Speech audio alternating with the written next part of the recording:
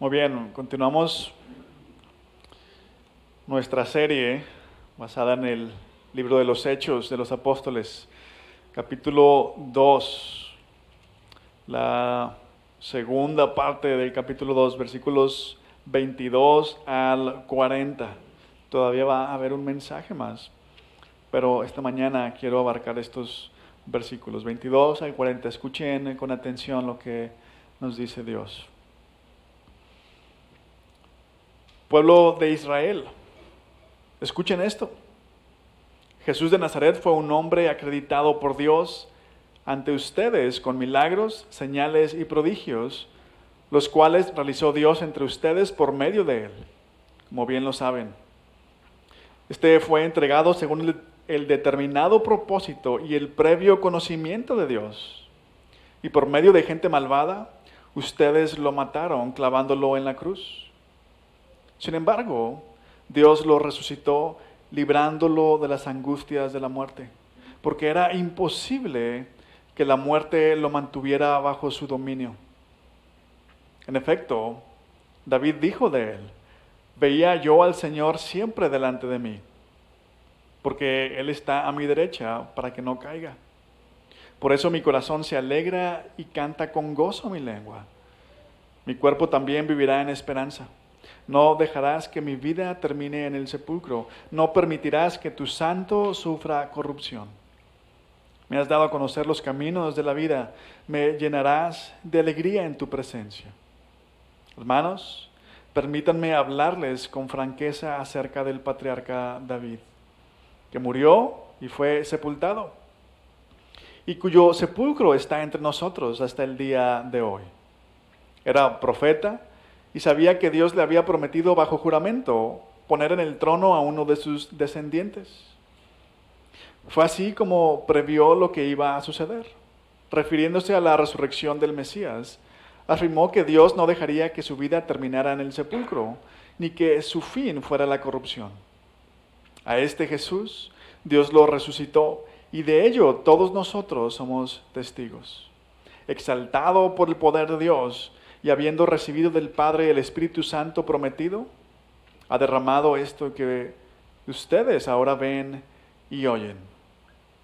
David no subió al cielo y sin embargo declaró: dijo el Señor a mi Señor, siéntate a mi derecha hasta que ponga a tus enemigos por estrado de tus pies. Por tanto, sépalo bien todo Israel, que a este Jesús, a quien ustedes crucificaron, Dios lo ha hecho Señor y Mesías. Cuando oyeron todo esto, todos se sintieron profundamente conmovidos y les dijeron a Pedro y a los otros apóstoles: hermanos, ¿qué debemos hacer? Arrepiéntanse y bautícese cada uno de ustedes en el nombre de Jesucristo para perdón de sus pecados, les contestó Pedro, y recibirán el don del Espíritu Santo. En efecto, la promesa es para ustedes, para sus hijos y para todos los extranjeros, es decir, para todos aquellos a quienes el Señor, nuestro Dios, quiera llamar. Y con muchas otras razones les exhortaba insistentemente: sálvense de esta generación perversa. Vamos a orar a nuestro Dios y Padre. Como hemos recordado cada mañana, cada domingo, esta es tu palabra, y a menos de que tú nos des ojos para verte, oídos para escucharte, no lo haremos. Así que te rogamos, Espíritu Santo, obra en nuestras vidas.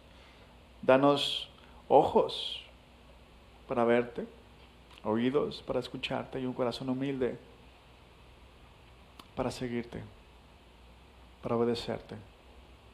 Te lo pedimos en el nombre de Jesús. Amén. Muy bien, una de las cosas que hemos dicho hasta ahorita en la serie es que la iglesia existe para ser testigo de Jesús. Así es como surge la iglesia. Jesús les dice a sus primeros seguidores que ellos van a ser sus testigos. ¿Se acuerdan? En Jerusalén primero, luego en toda Judea en Samaria y hasta los confines de la tierra. Por eso era bien importante que los primeros líderes de la iglesia fueran testigos presenciales de todo lo que Jesús hizo, de su resurrección. Ya hablamos de esto, vimos algo extraordinario en la primera parte del capítulo 2. Este primer grupo de discípulos recibió el Espíritu Santo. Y tan pronto estos hombres y mujeres recibieron el Espíritu Santo, comenzaron a hablar en idiomas que ninguno de ellos había estudiado. Fue algo espontáneo. Dios les dio la habilidad para hacer esto en un instante.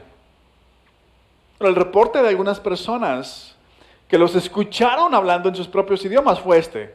Dice, los oyeron proclamar en su propia lengua las maravillas de Dios. Luego el apóstol Pedro nos da la explicación de qué estaba sucediendo. Fue el Espíritu Santo, ¿no? Pero, por lo menos en lo que va la explicación de Pedro, no lo hemos escuchado hablar de Jesucristo. Se supone que Jesús los envía a ser sus testigos. Y esto es precisamente lo que Pedro hace en el resto de su explicación. ¿Qué estaba sucediendo? ¿Por qué estos hombres eran capaces de hablar otros idiomas que no habían estudiado?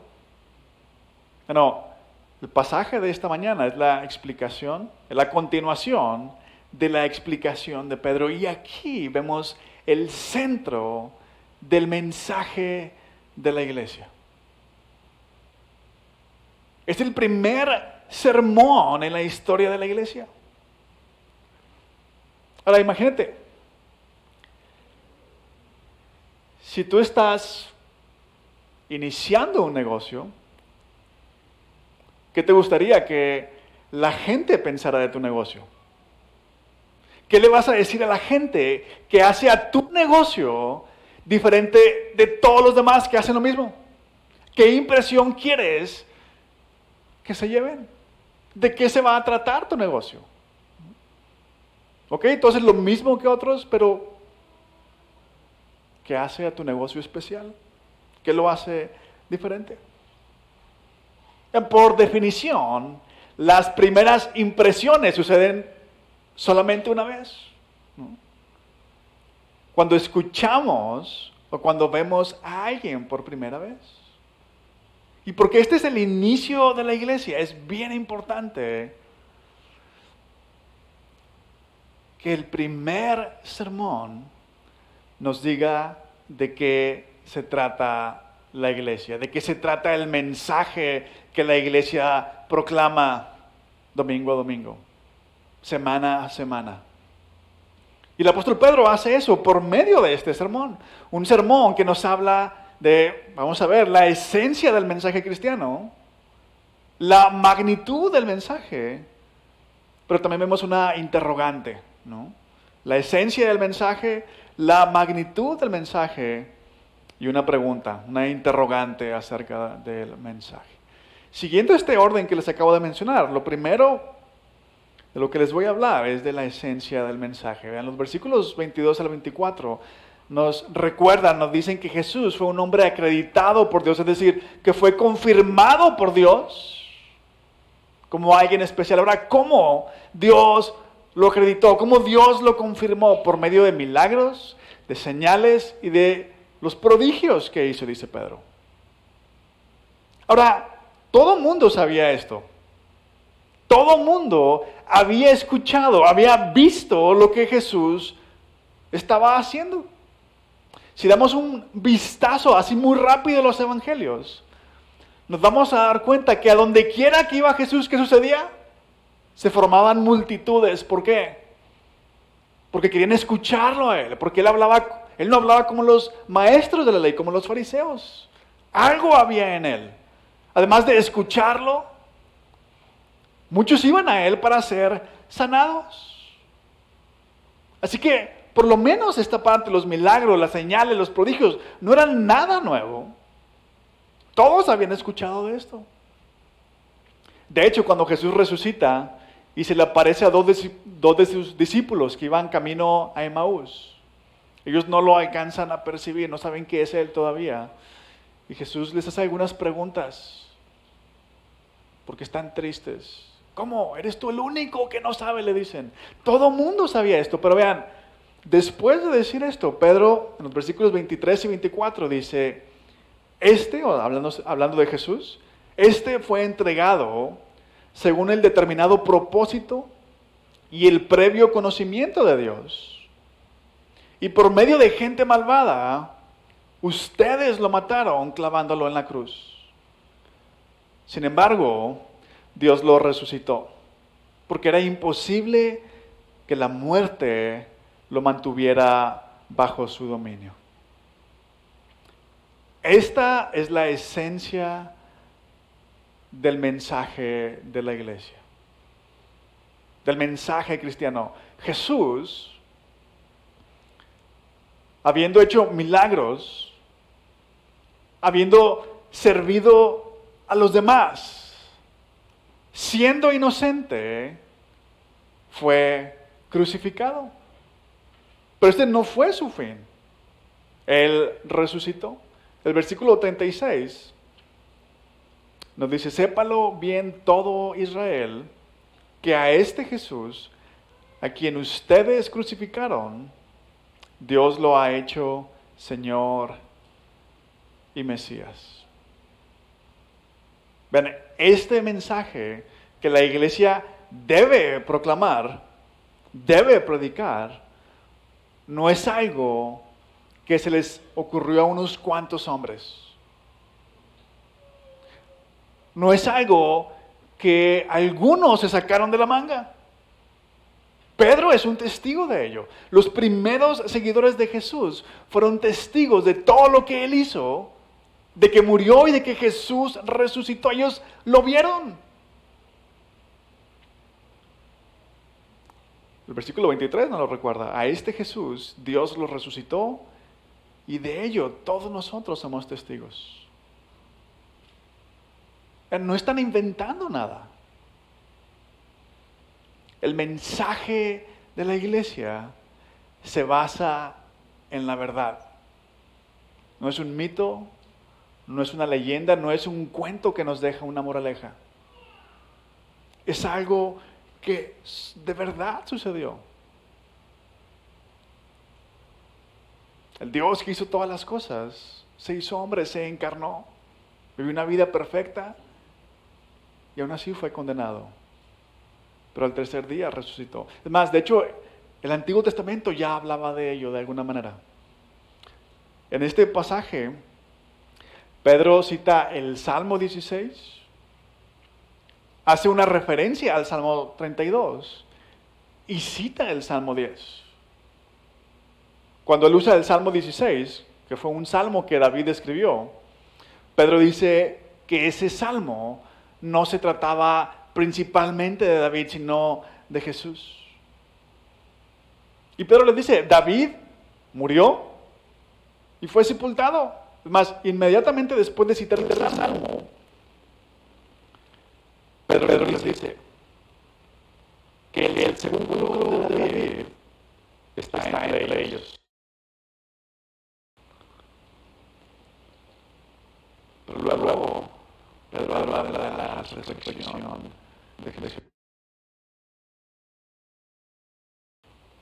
Eso es lo que significa cuando Pedro dice que Dios lo exaltó, que conquistó.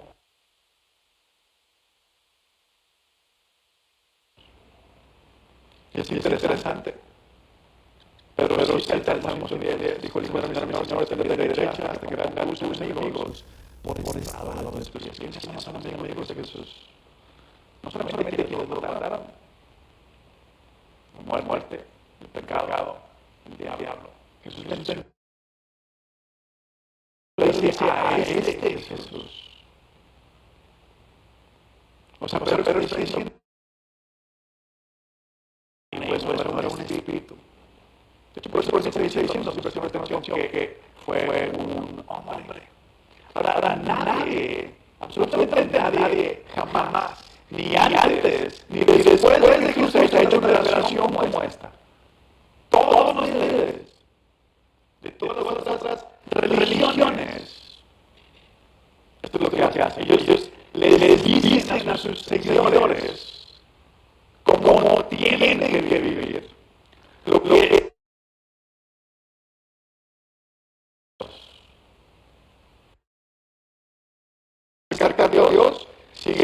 mandamientos, cumple con estas reglas, vive de esta manera.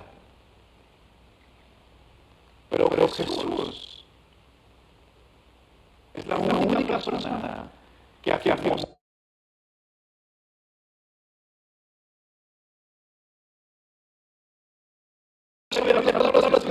yo soy Dios.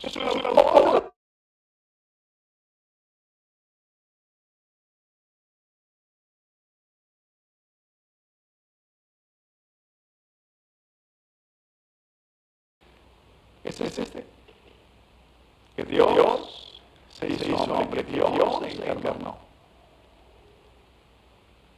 que vivió haciendo el bien, y a pesar de eso fue crucificado, pero después a tercer día resucitó. Ahora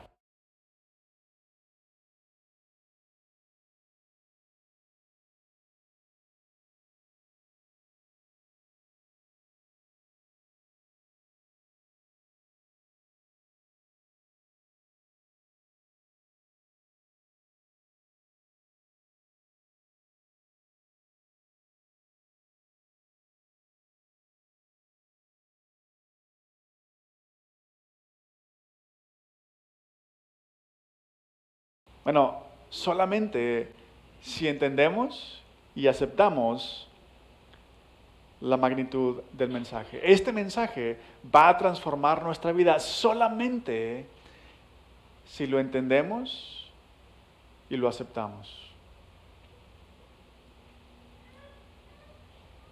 Hasta cierto punto podríamos aceptar algunas cosas de este mensaje. Podemos ver parte de la grandeza del mensaje, parte de la grandeza de Dios, si pensamos en esto. O sea, que el Dios que hizo todas las cosas se hizo pequeño, se hizo hombre, se encarnó, vino a vivir en un mundo imperfecto. Vino a servir a personas que Él sabía que iban a terminar crucificándolo.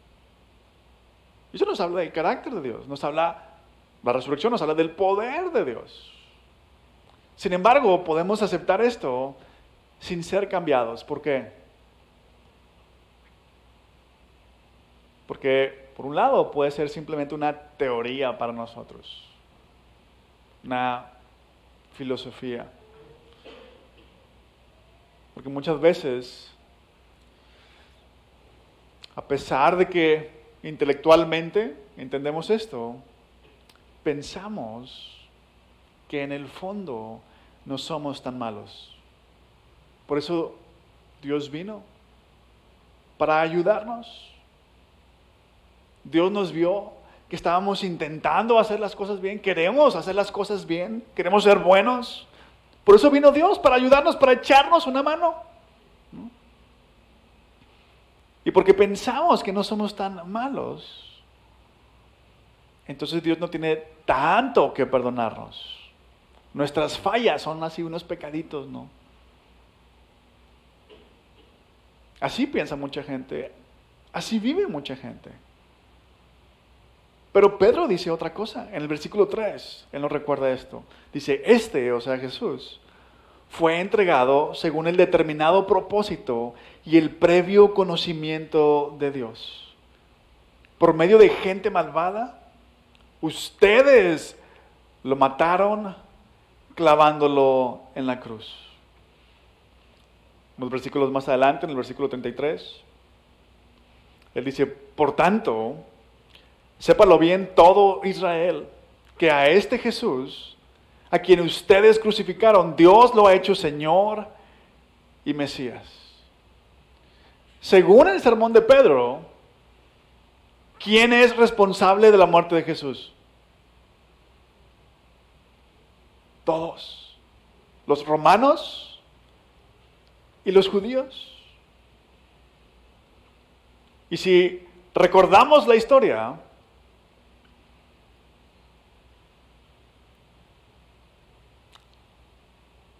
nos damos cuenta de que fueron los líderes judíos quienes instigaron a los romanos para que crucificaran a Jesús. Es más, Pilato lo interrogó y no encontró a Jesús culpable de nada. ¿Pero qué hizo? Cedió ante los gritos de los judíos: crucifícalo, crucifícalo.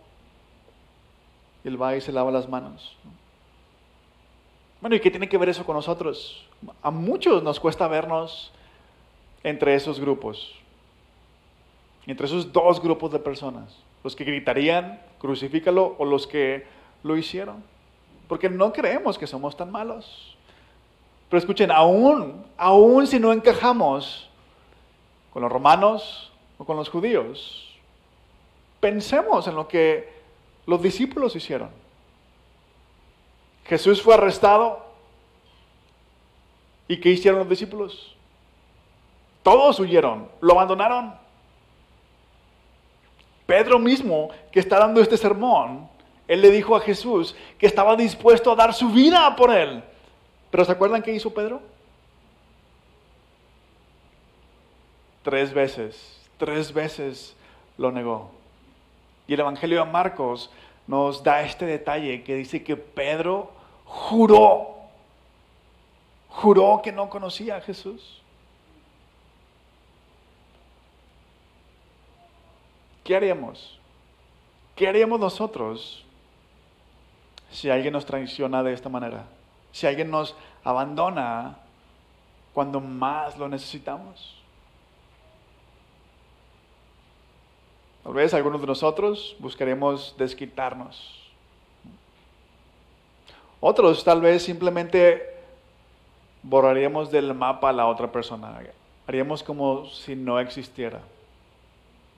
Lo bloqueamos de WhatsApp, lo eliminamos del Facebook, de nuestras redes sociales. No existe para mí. ¿No? Pero vean lo que Dios hizo. Pedro nos recuerda, este Jesús fue entregado según el determinado propósito y el previo conocimiento de Dios. Dios sabía cómo íbamos a tratar a su Hijo. Y aún así lo envió. Jesús se encarnó voluntariamente. Ese fue el plan de Dios. ¿Por qué? Para mostrarnos el tipo de amor que Él tiene por nosotros. A pesar de nosotros. No porque lo merecemos. A pesar de nosotros. Este es el mensaje central de la iglesia. Y este mensaje es bien diferente al que escuchamos muchas veces en otros lugares. Pórtate bien para que Dios te escuche. Para que Dios te ayude. Para que Dios te bendiga. No se trata de seguir un código de conducta. Se trata de cómo Dios nos ama y nos perdona a pesar de que nosotros hemos fallado ese código moral. Esta es la magnitud del mensaje. Así de grande es. Y porque así de grande es el mensaje, así de importante debe ser nuestra respuesta. Y la pregunta, claro, es ¿cómo debiéramos responder?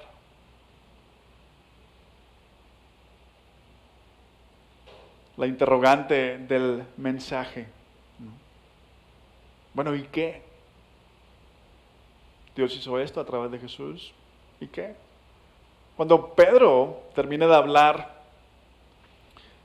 de la esencia, cuando termina de dar testimonio de Jesús, vemos una reacción de parte de los que estaban escuchando. Vean el versículo 37, dice, cuando oyeron esto, todos se sintieron profundamente conmovidos y les dijeron a Pedro y a los otros apóstoles, hermanos, ¿qué debemos hacer? ¿Por qué estaba conmovida la gente? ¿Qué significa que la gente estaba conmovida? El griego, la palabra traducida como conmovida, literalmente significa cortados hasta el corazón. Escucharon el mensaje y las personas escucharon que algo atravesó su corazón. Si lo pensamos, tiene sentido. Pedro les acaba de decir a todos ellos, que ellos son los responsables de la muerte de un hombre inocente. Y no es simplemente un hombre. Ahora, hace años yo supe de un accidente, muy triste, donde una persona, sin darse cuenta, que se estaba echando de reversa, atropelló a un bebé y el bebé falleció. Yo nunca tuve la oportunidad de hablar con esta persona, pero quienes lo hicieron podían darse cuenta de que esa persona no era la misma desde el accidente. Era una persona totalmente distinta. Es más, los papás del bebé incluso buscaron a esta persona con la intención de liberarlo de la carga, de la culpa que sentía, de decirle que entendían que fue un accidente, que lo perdonaban, que no tenían nada en contra de ella, pero la persona nunca accedió. ¿Por qué? La persona estaba traumada, no podía creer que fuera responsable de acabar con la vida de alguien más.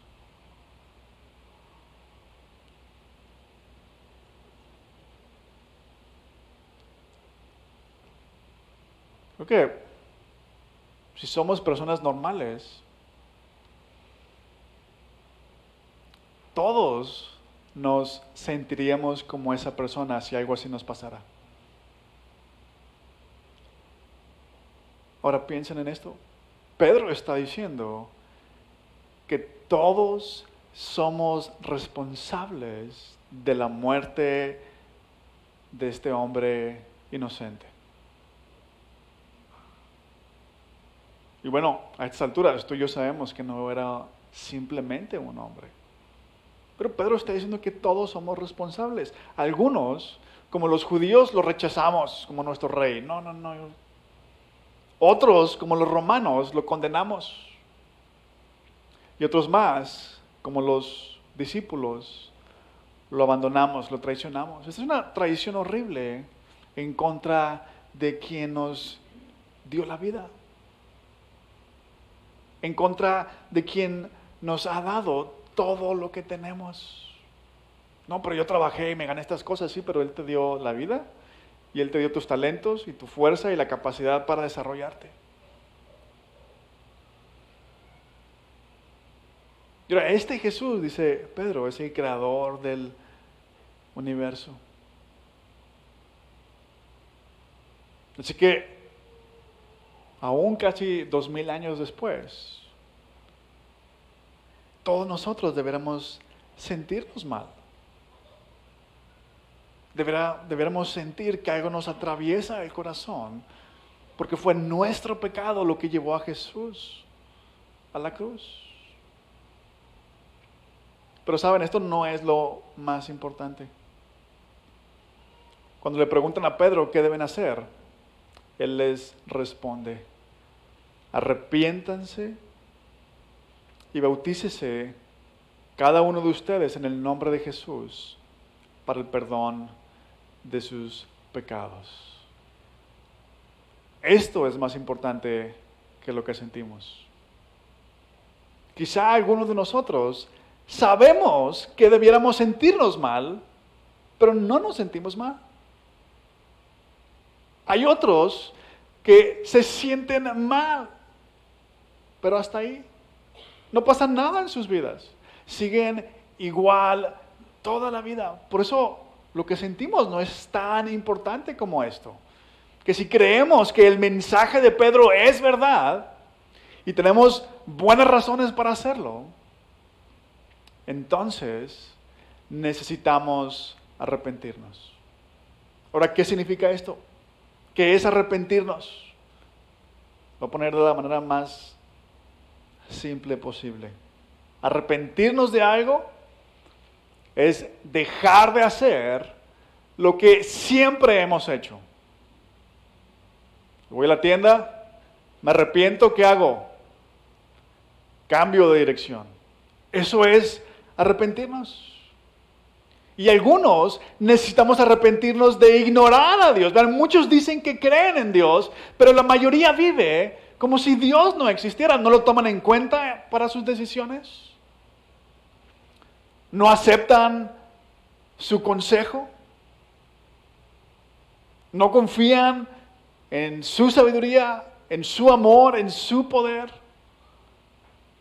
Prefieren irse a la segura y hacer lo que humanamente hablando, lo que sus ojos les permiten ver, bueno, lo que parece, lo que suena más seguro.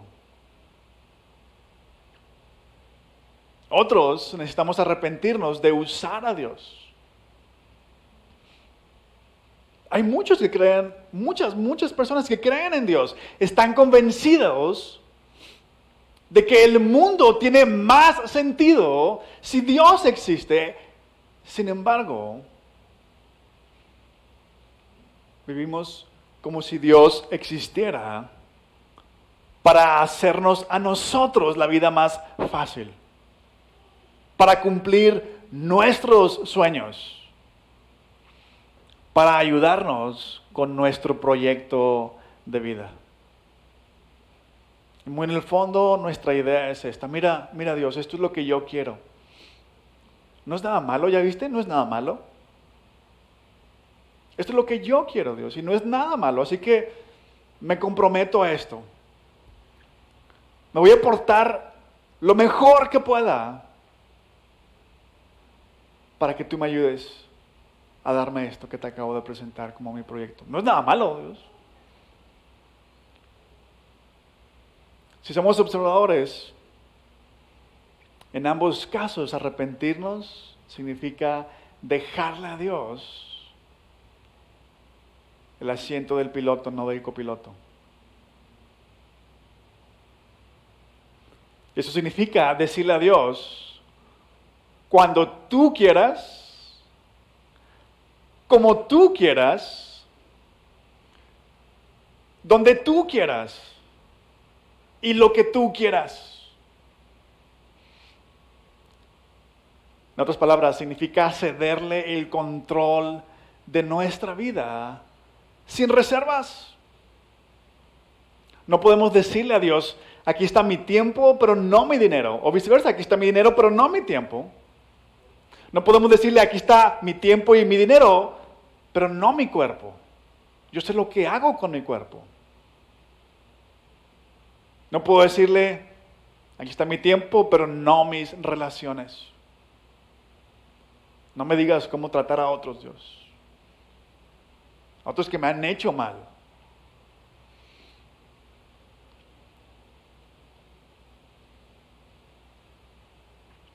Ahora, yo sé que ceder el control de nuestra vida a alguien es una locura, ¿o poco no? Que alguien más nos diga cómo vivir. ¿Estás loco? Bueno, ceder el control de nuestra vida a alguien es una locura, a menos que ese alguien sea el Dios de la Biblia. Porque Pedro nos ha recordado que el plan de Dios fue este. Tú y yo merecíamos ser condenados. Tú y yo somos responsables de la muerte de Jesús. Dios sabía lo que íbamos a hacer con su Hijo y aún así lo mandó para salvarnos. Dios experimentó un sufrimiento indescriptible al castigar a su propio Hijo para perdonarnos a nosotros por nuestra maldad. Ahora, si Dios hizo esto, si Dios sufrió de esta manera para salvarnos, para perdonarnos, no para condenarnos, ¿crees que Dios quiere controlar tu vida para que sufras? Para que vivas frustrado. Si eso es lo que crees, entonces no conoces a Dios. Jesús les dijo a sus discípulos, Juan capítulo 10, versículo 10, ladrón no viene más que a robar, matar y destruir. Yo he venido para que tengan vida y la tengan en abundancia. ¿Y sabes qué le costó a Jesús? El darnos vida. Costó su vida. Jesús dio su vida por ti, no para dominarte como a un esclavo, sino para perdonarte, para que veas que nada puede separarte de su amor, ni siquiera la muerte. Y al ponerlo de esta manera, al Pedro decir que Jesús fue entregado según el determinado propósito y el previo conocimiento de Dios, Él nos está diciendo que Dios usará incluso las peores tragedias en nuestra vida para traer algo bueno. Así es como Dios nos salvó a través de la peor tragedia en la historia, a través de la condenación de su Hijo, nos trajo salvación. Ahora, si quieres experimentar este poder, si quieres experimentar el poder de Dios obrando de esta manera, volteando lo malo y usándolo para tu bienestar, no solamente hay una forma, tienes que estar dispuesto a ceder el control de tu vida. Pero Jesús nos dice, aquí está mi amor por ti, no te voy a destruir. Vamos a orar. Nuestro Dios y Padre, te damos gracias que el mensaje que tú tienes para nosotros no es una carga. No se trata de cumplir una serie de leyes y mandamientos para que podamos ser aceptados por ti, para que podamos ser bendecidos por ti. Al contrario, el mensaje que tú tienes para nosotros es el mensaje de la obra de tu Hijo Jesús, que nos dice que tú nos amas de tal manera que entregaste a tu Hijo